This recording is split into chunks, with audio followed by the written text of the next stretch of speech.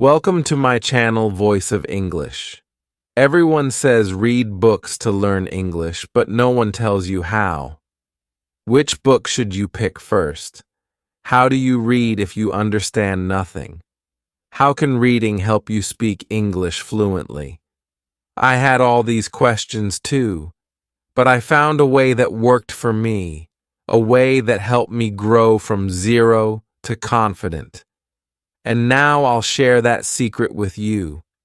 This is not just a method, it's my personal story. Tell me in the comments, what was the first English book you ever tried to read? I remember that day like it happened yesterday. I was sitting in class and the teacher was speaking in English. She wrote some words on the board and read them out loud. Everyone else was repeating after her, saying the words, nodding their heads. But I just sat there, silent. My mouth didn't move. My heart was beating fast. I looked at the words, but they meant nothing to me. They were just sounds, just shapes on the board. I felt small. I felt like I didn't belong. I was afraid she would call my name. I was afraid everyone would look at me and laugh when I said something wrong. After class, I went home feeling heavy. I turned on the TV, hoping to forget. There was a cartoon in English. The characters were laughing, shouting, talking fast. I watched them closely. Their faces were full of life, but I couldn't understand a single word they were saying. They were in a world I couldn't enter. I felt left out. I felt like English was a door and I didn't have the key. That night I couldn't sleep. I kept thinking about school, about the cartoon, about how I always stayed quiet. I asked myself, why can't I learn English? Is it because I'm not smart? Is it because I started too late? I felt sad. I felt broken. But then I looked over at my small bookshelf. There was an old book sitting there. It was dusty. I had never opened it. It had a picture of a little boy with a red hat and a dog. I picked it up, sat on my bed, and opened the first page. It said, "This is Tom." There was a picture of the boy. I read it slowly.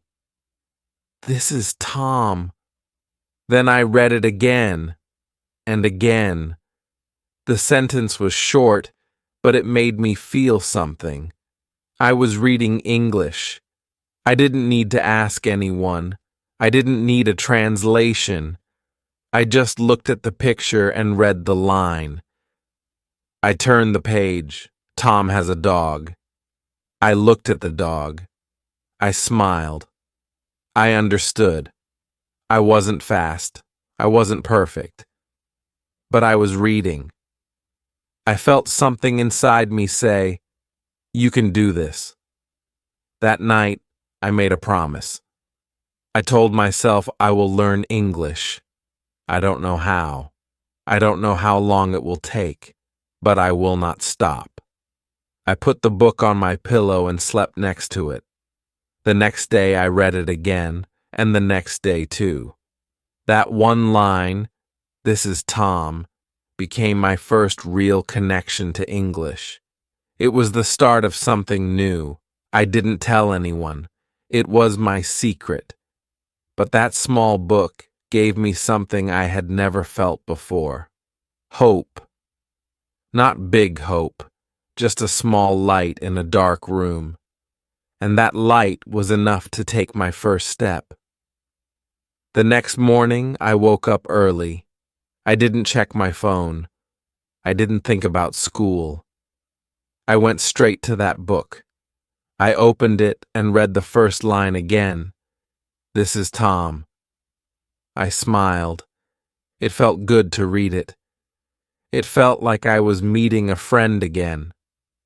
I turned the page and read, "Tom has a dog." I looked at the picture of the dog. It was small with big eyes. I didn't just read the sentence. I saw it. I felt it. The picture helped me understand the words. I didn't have to translate anything. I didn't need a dictionary. The picture told the story and the words explained it. I started to love this way of learning. I read the next line. Tom goes to the park. There was a picture of trees, a bench, and Tom holding a red balloon. I read it slowly, then again, then one more time. I read it out loud. My voice was soft at first, but each time I read, it grew a little stronger. I was reading, not to finish fast, but to understand every part. I followed Tom through the story. He played with his dog. He lost his balloon. He found it again.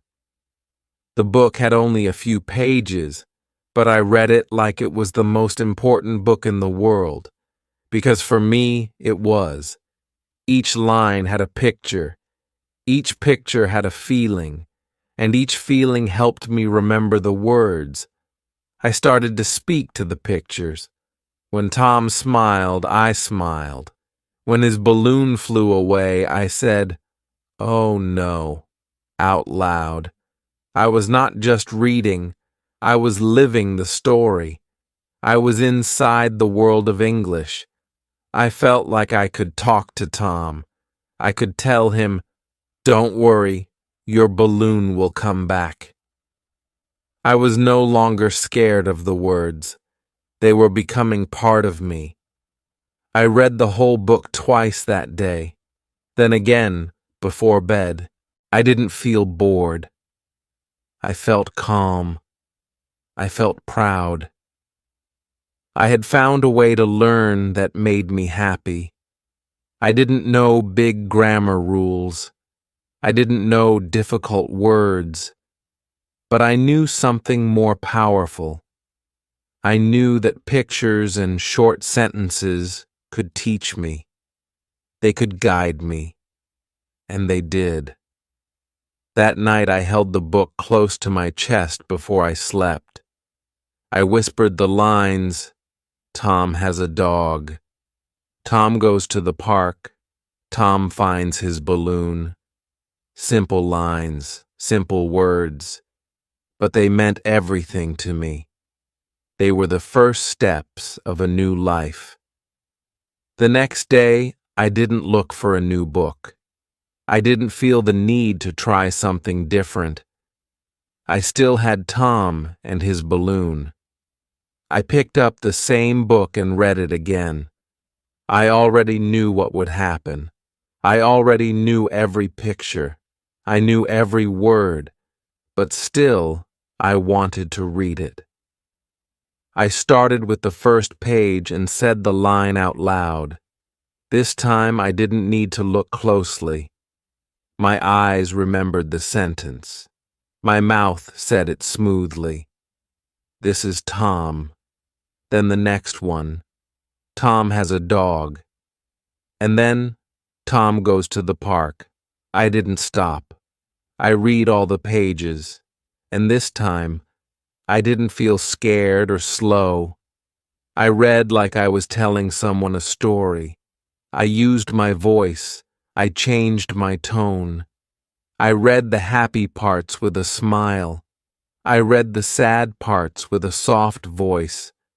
I was not just reading. I was performing. I felt something powerful inside me. I was learning, but it didn't feel like study. It felt like a game. I didn't care that I already knew the story. I cared that every time I read it, my English became better, my words became clearer, my confidence grew, and the more I repeated it, the stronger I felt. Some people think repeating the same book is boring, but for me, it was magic.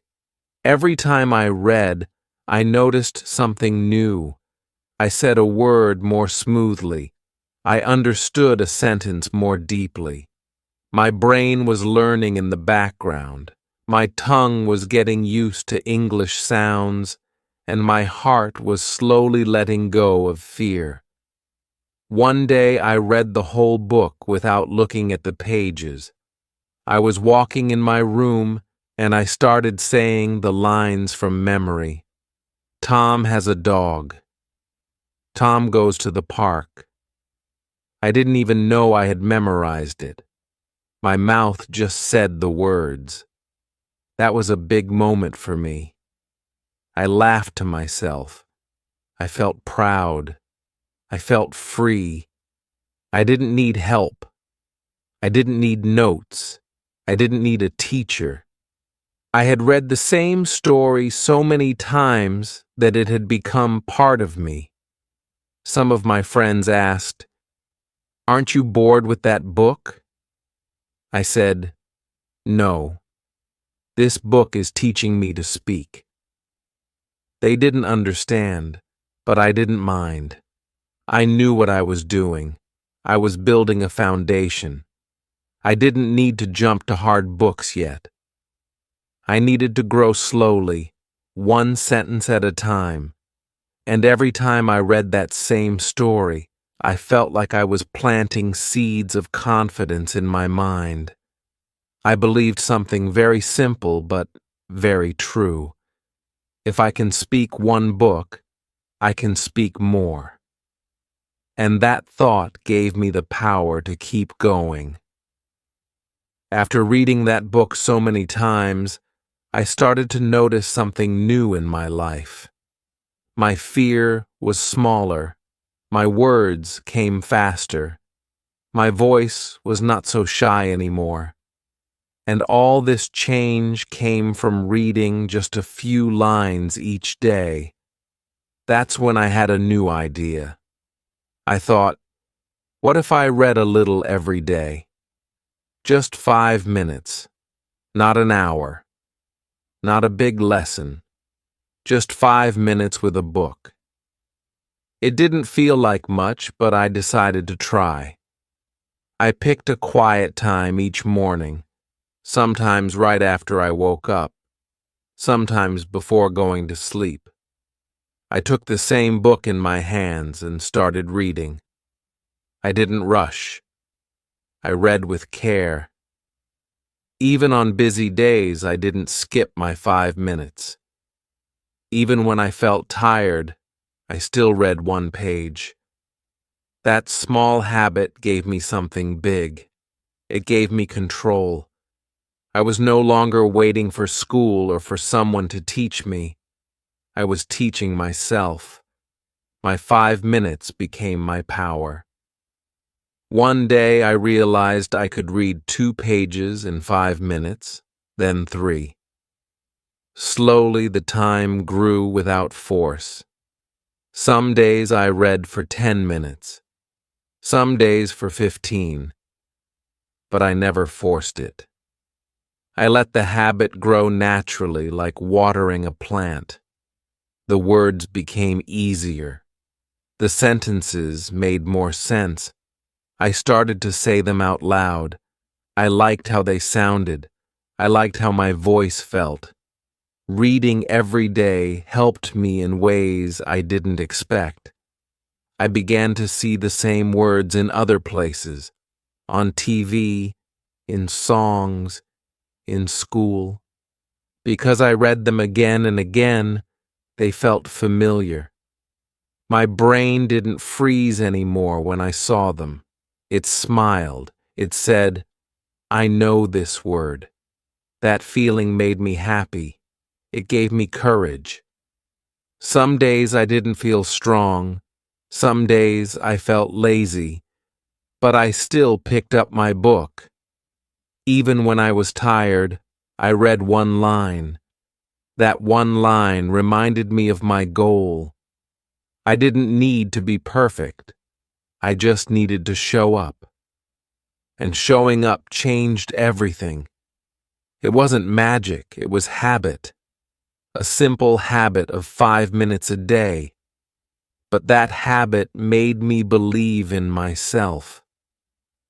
It made me trust that small actions done daily bring big results. And because of that small promise I made to myself to read just 5 minutes a day, I was becoming the kind of person I never thought I could be. A person who reads in English, a person who speaks with more confidence, a person who doesn't give up. After a few weeks of reading every day, something new happened. I began to hear sentences in my head, even when I was not reading. I could remember lines from the book while walking outside or waiting in line, and sometimes I whispered them quietly just to feel the words in my mouth again. But I wanted more. I wanted to keep these words with me. I didn't want to forget them.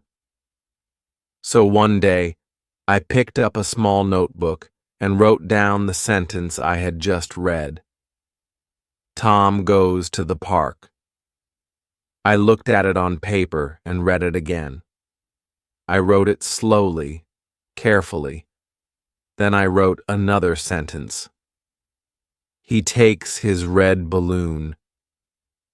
I added a small drawing beside it. It looked like a silly picture, but it helped me remember. That notebook became my best learning tool.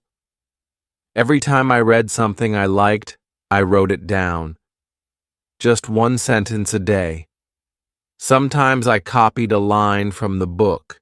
Sometimes I changed it a little to make my own sentence. Tom goes to the park became, I go to the shop. Tom has a red balloon became, I have a blue pen. These small changes made me feel creative. They made me feel like I could use English, not just read it. Writing the words helped me say them better. It helped me see the spelling, the shape of the word, the rhythm of the sentence. My hand was learning with my mind. And slowly, something amazing happened. I started speaking from my notebook. I looked at the lines I wrote and said them out loud. I didn't worry if they were short or simple. I spoke them with feeling. I used my own voice.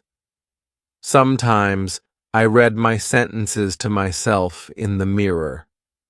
Sometimes I read them while walking alone.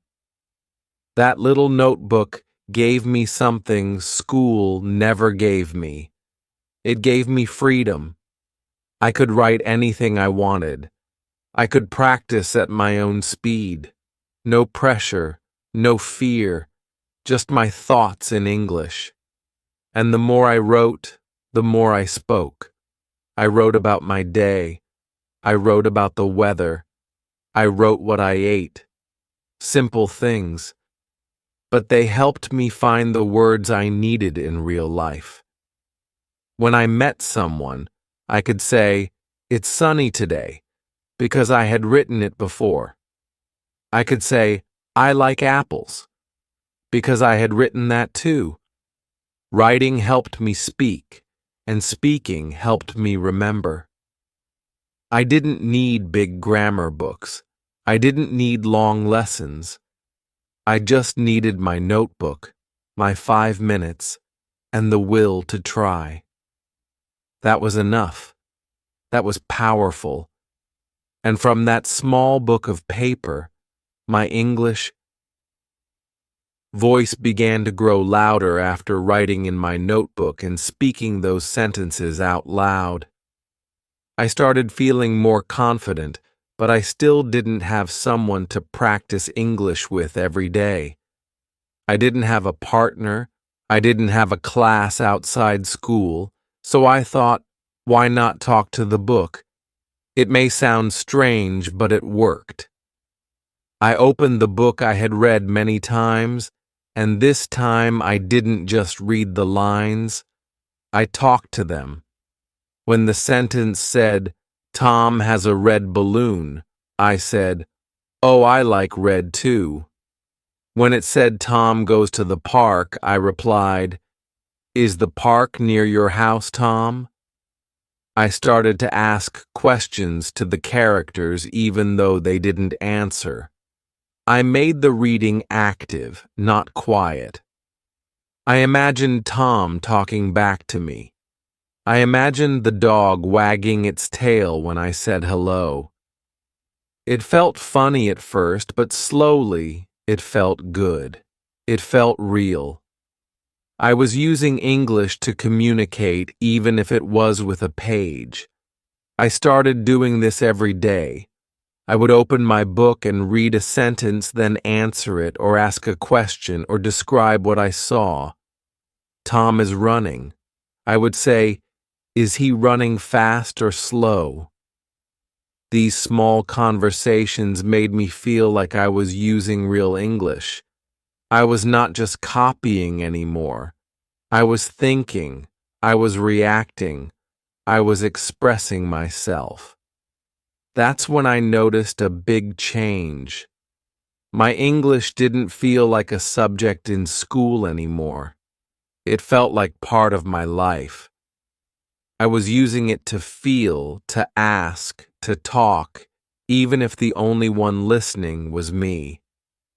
My voice got stronger. My sentences got longer. I stopped whispering. I started speaking clearly. I didn't care if someone walked past my room and heard me. I was practicing. I was learning. I was proud. Sometimes I laughed at myself. Sometimes I made silly sentences, but I didn't stop. I made the book my practice partner, and the book never got tired. It never judged me. It waited patiently. It listened to everything I said, and the more I talked to the page, the more I trusted myself. I could feel the language entering my heart, not just my head. I was not afraid of speaking anymore. I didn't need someone to correct me every time. I just needed to keep going one sentence at a time, and that's what I did. Talking to the page, turning fear into fun, and making my English come alive word by word, day by day. As I kept talking to the page, something new started to happen. The words were no longer just sounds or sentences. They began to feel like emotions. I didn't just read stories, I felt them. I read one short story about a boy who lost his pet. When I reached the part where he cried, I felt a small pain in my heart. I knew that feeling. I remembered when I lost something important too. I read another story about a girl who gave her last piece of bread to a stranger. That touched me deeply. I paused. I closed the book and thought for a moment. I had never felt English like this before. These were simple stories. The grammar was easy. The words were short, but the feelings were strong. I started to understand something very important. When you feel English, you remember English. Emotion is the key. I remembered the word alone not because I repeated it many times, but because I read it in a sad moment. I remembered the word hope because the character used it when he had nothing left. These feelings made the words stay in my heart, not just in my brain. That's why I started choosing stories that made me feel something, not just long or famous books, but simple ones with meaning. Stories about kindness, friendship, fear, dreams, love. I looked for books with real emotions because every time I felt something, I learned something. One day I read a short love story. I didn't understand every word, but I felt the message. A boy loved a girl, but he didn't know how to tell her. He wrote a letter in simple English. I read the letter out loud, and suddenly my eyes were full of tears. It was not just a story, it was a mirror. I thought of times when I couldn't say what I really felt. That's when I realized English is not just for talking, it's for connecting. It's for sharing what's inside your heart. When I understood that, my reading changed. I didn't rush. I didn't care how many pages I finished. I cared about what I felt on each page. I let the story move me. I paused when I was touched. I repeated lines that felt important. Sometimes I even wrote them in my notebook, not because I had to, but because I wanted to keep them with me. They felt like friends. These stories taught me vocabulary, grammar, and pronunciation, but more than that, they taught me how to feel in English. And when you feel a language, you never forget it. That's how I knew I was growing not just as a learner, but as a person. And I wanted more stories like that. Stories that speak not just to your mind, but to your soul. After I started feeling the stories, I wanted more, but I didn't want any random book.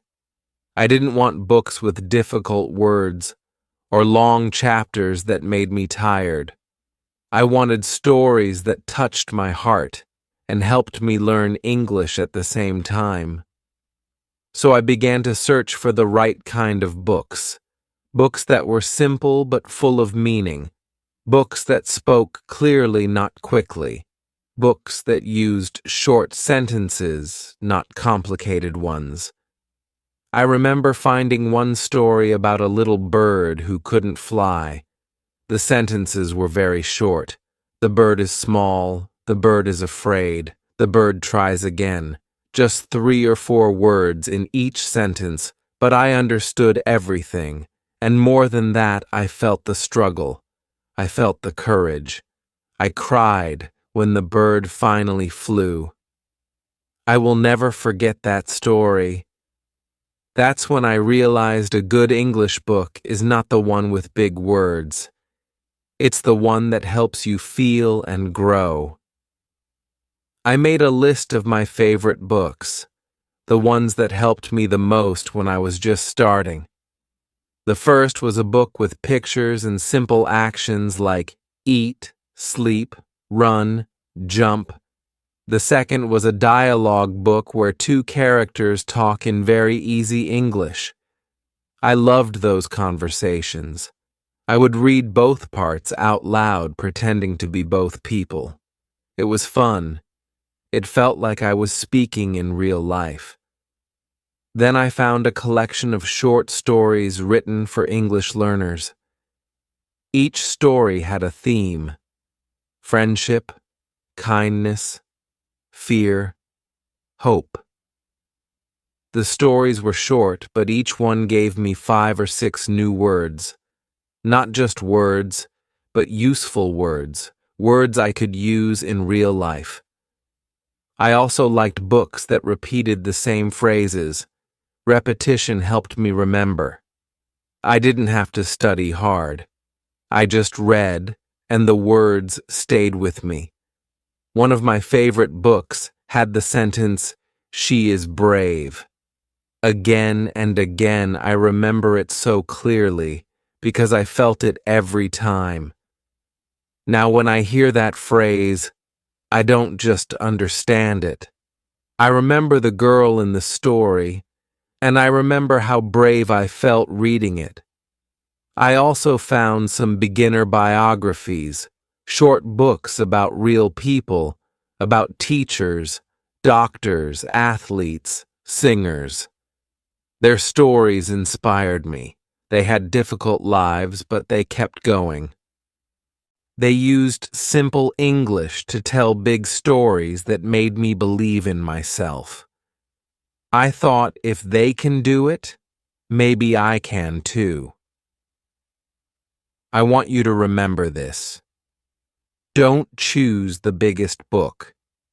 Choose the book that speaks to you, even if it's short, even if it's made for children. If it helps you learn, if it helps you feel, then it's the right book for you. Don't listen to people who laugh at simple books. Those books build your foundation, and a strong foundation is everything. These favorite books of mine are more than just stories. They are part of my journey. They helped me learn slowly, with love, not pressure. And if you are starting now, I hope you find books like these, books that make you feel brave just like they made me. After reading so many beautiful stories and finding the books that felt right for me, I finally understood what worked and what didn't. I had tried many things in the beginning: long grammar lessons, hard vocabulary lists, watching movies without subtitles, but I always came back to books. Books gave me time, they gave me space, they gave me peace, and more than anything, they gave me progress. So I decided to build a reading plan for myself, a plan that was small but strong. It was simple, but it worked. Every day I followed 6 easy steps. The first step was to choose a book that matched my level, not too hard, not too easy. I picked books with pictures or short stories made for learners. This made me feel safe. The second step was to read only 1 page slowly. I didn't rush. I didn't try to finish the whole book in a day, just 1 page. I read it aloud with feeling. I let the words sit in my mouth. I felt the rhythm. The third step was to repeat the page. I read the same lines 2 or 3 times. I didn't feel bored because each time I saw something new, a word I missed, a sound I could say better. Repeating helped me remember without pressure. The fourth step was to write down 1 or 2 sentences in my notebook, either from the book or something I made on my own using the same words. Writing helped me think. It helped me create. The fifth step was to speak from the page. I would close the book and try to say 1 or 2 lines from memory. I didn't worry about mistakes. I just tried. I used my voice. I made the words mine. And the last step, the most important, was to feel the story. I didn't treat reading like homework. I read like I was meeting a new friend. I smiled with the happy lines. I felt quiet during the sad ones. Feeling the story made it stay in my heart. This was my reading plan, a simple plan, but it changed my life. I didn't spend hours studying. I didn't need to be perfect. I just needed to follow these small steps every day. And little by little I changed. My reading became easier. My speaking became more natural. My thinking started to happen in English. I didn't even notice when the change began, but one day I was reading a story and I realized I wasn't translating. I was just understanding. And that moment made me stop and smile. My plan had worked, and if it worked for me, I believe it can work for anyone. You don't need a big method. You need a small habit. a quiet voice, a little courage, and a book that makes you feel something. That's all. That's enough. When I look back now, I see how far I've come. I started with fear. I started with silence. I couldn't say a single English sentence. I was afraid to speak. I couldn't understand cartoons or songs or stories. I felt lost. I felt outside the world of English. But one day, I picked up a small book with a picture, and that one small step changed everything. I didn't have a big plan at the beginning. I didn't even know if it would work, but I stayed with that book. I read it again and again. I repeated the lines. I wrote them down. I spoke them out loud. I talked to the page like it was my friend. I chose stories that made me feel something. I built a small reading habit. I followed a simple plan. And most important, I didn't stop, even when it was hard, even when I felt slow, even when others moved faster than me, I didn't stop. And now I can read. I can speak. I can even tell my story in English. And I tell it not to show how smart I am. I tell it to show you something. If I can do it, so can you. Maybe today you feel scared. Maybe you think English is too hard. Maybe you tried before and gave up. But I want to tell you, your story is not over. It can begin today. You don't need to be perfect. You don't need to know everything. You just need to choose one small book, read one small page, speak one small sentence, write one small line, feel one small emotion, and repeat. That's how your story will grow. That's how your voice will come to life. You don't need a classroom. You don't need expensive courses. You need courage. You need honesty. You need to start small and stay with it. And if you stay, the results will come. One day you will look back and say, "Now I speak well. I can talk with friends. I can read books. I can write sentences. It was not easy, but I did it." And that day will come sooner than you think. Just start. Start with a book. Start with a smile. Start with your own heart, because your English story is waiting to be written and only you can write it. If this video touched your heart, please like, comment, and subscribe to the channel.